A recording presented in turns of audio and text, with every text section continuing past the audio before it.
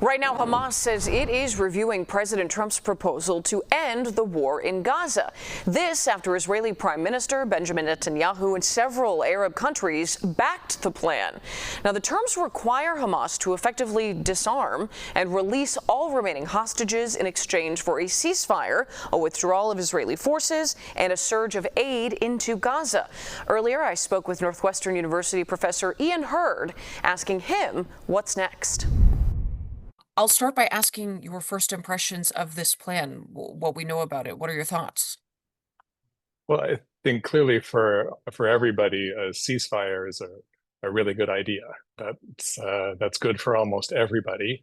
Also, that could happen pretty much at the choice of the Israeli government, since it's the Israeli government that's doing most of the firing. There'll be a ceasefire as soon as it decides to stop.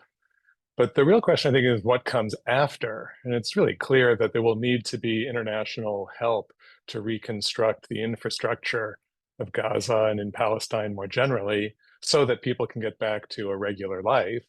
So international help is going to be essential for sure, though the question then is who's in charge of that? What the Americans have put forward this week is a suggestion that the US and the Israeli government should be in charge of what happens in Palestine. And that seems extremely odd to be sure, since it doesn't really put Palestine and Palestinians in charge of this place called Palestine.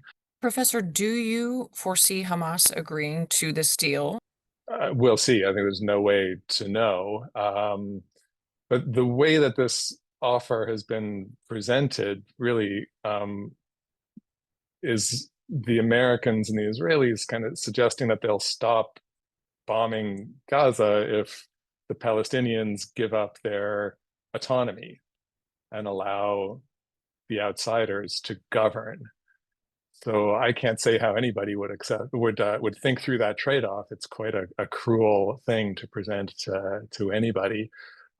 So the path forward, I would hope, might be for other voices to come to the fore.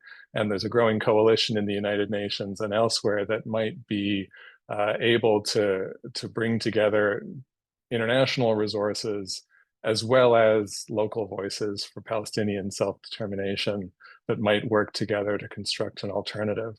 Well, Professor Hurd, we will watch along with you to see what happens next. Thank you for your time and for your insight as always. Yeah, thanks.